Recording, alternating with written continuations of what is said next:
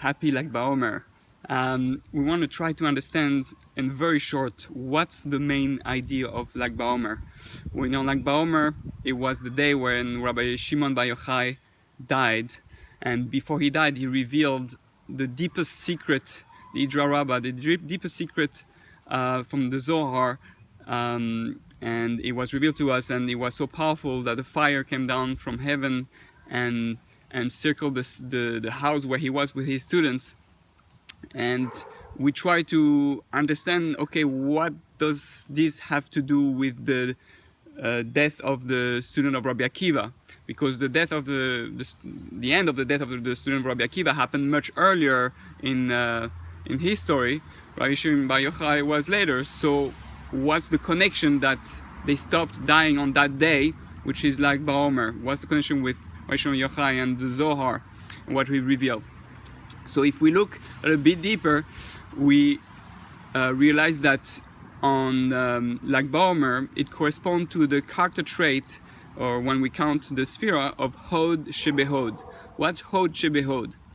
One way, I've heard it once from Rabbi Akiva, he says that it's like you have a painting. You have the painting, and the painting is beautiful. You see the painting, it's very nice, you appreciate it from a distance. And then you can come closer to the painting and see that with the inner work of the painting, you appreciate why the beauty became the way it is, the inner work of the art. And that's Hod Shebehod. Hod, the first Hod is you appreciate from a distance, you see the beauty, and then you come closer, you see the beauty within the beauty. And this is really one of the main idea of the secret of Kabbalah and the Zohar. What's so unique about it is that the Zohar and Kabbalah, it's here to teach us the inner work of creation. Why do we do everything we do? What's the inner beauty? God created a world with such complexity, and He wants to reveal to us the detail of why it is like that and how beautiful it is. Now, what does it have to do with the student of Rabbi Shimon Bar Yochai, of Rabbi Akiva, who passed away?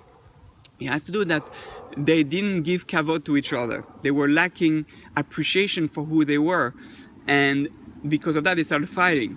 And they didn't understand that the prerequisite to understand the Torah and to come close to Hashem is really to see in everyone's individual the inner beauty, the inner uniqueness.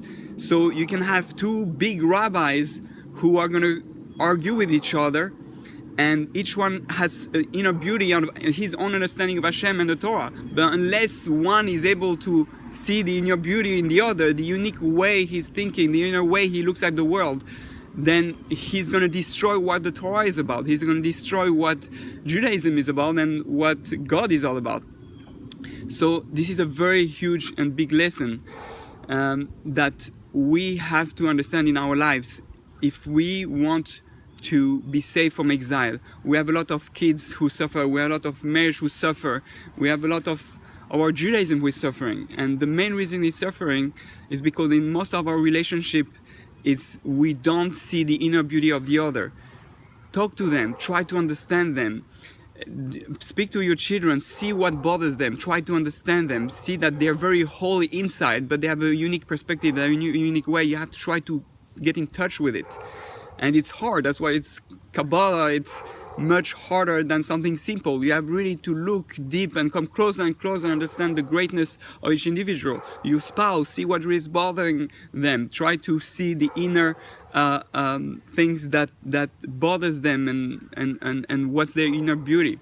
So we know that the famous statement from all the rabbis in the Zohar that the redemption is going to come through the spreading and of the learning of Kabbalah. So what are we saying? We're saying that you want to bring Moshiach, you want to bring peace, you want to bring love to the world.